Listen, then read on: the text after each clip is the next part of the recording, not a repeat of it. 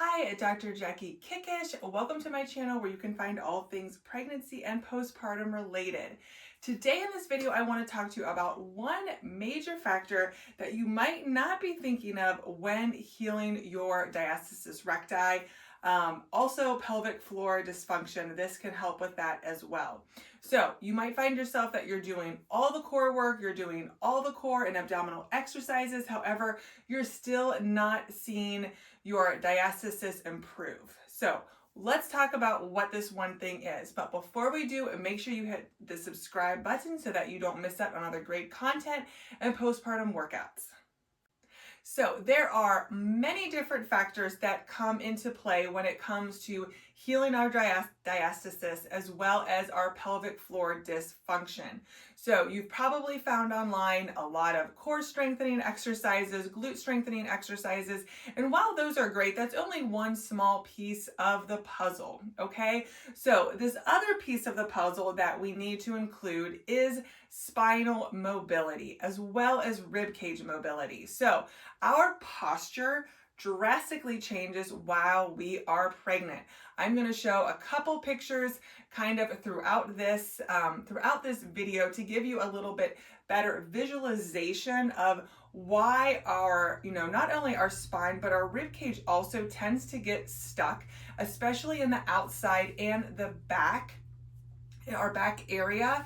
We need our rib cage be able to expand all the way around, okay? And it also affects our spinal mobility. So in order to improve our 360-degree breathing and improve our diastasis recti, we definitely need to make sure that we are working on spinal mobility.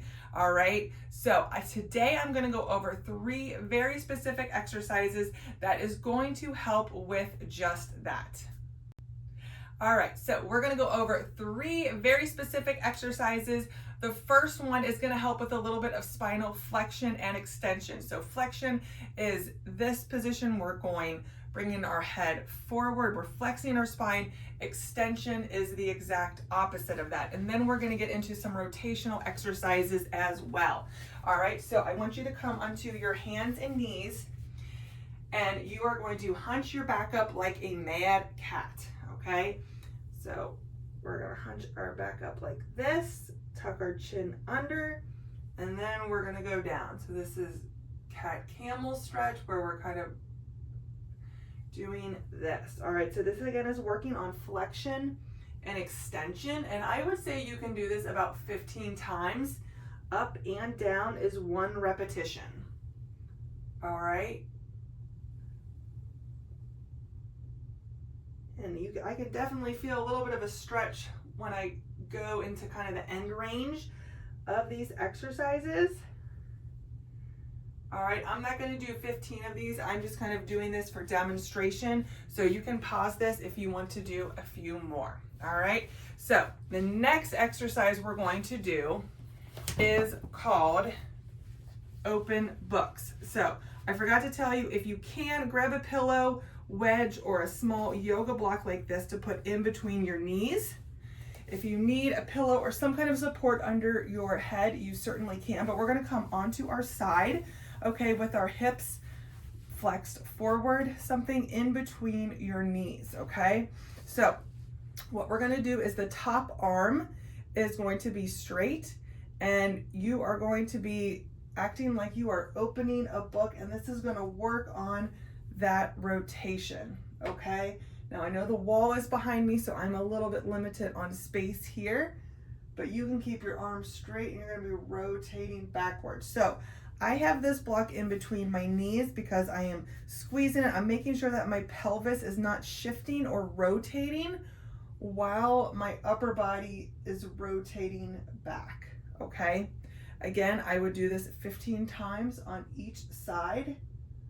Well, I can definitely feel a stretch with that one. And then of course, you're gonna flip around and do this on the opposite side. Okay, so this is what we call open books.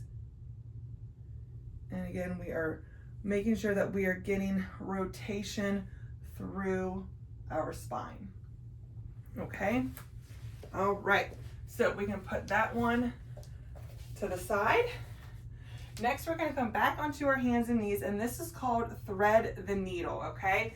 There's a couple different variations that you can do this, but this is the one that I usually teach my clients. So you're gonna come on your hands and knees. Now, one of your hands I'm gonna be going this way. So I have my left arm straight forward, and my right arm, I'm gonna be bringing under and forward. And then I am going to be working on also kind of sitting back, okay? And you're gonna feel a really good stretch here. And we're rotating that upper and mid back, okay?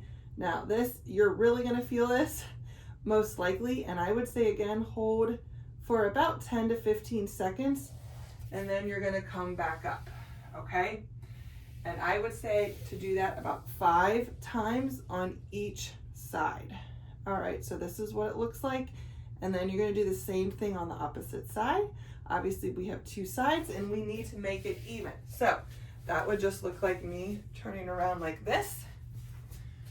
All right, so now my opposite arm is gonna come forward and my other arm is gonna come underneath. All right, and I am reaching like this.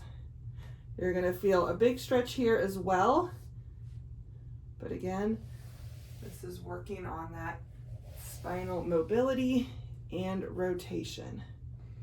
And if you work on taking a couple of deep breaths into this, you can definitely feel a lot of air getting back into that lateral and posterior or backside rib cage.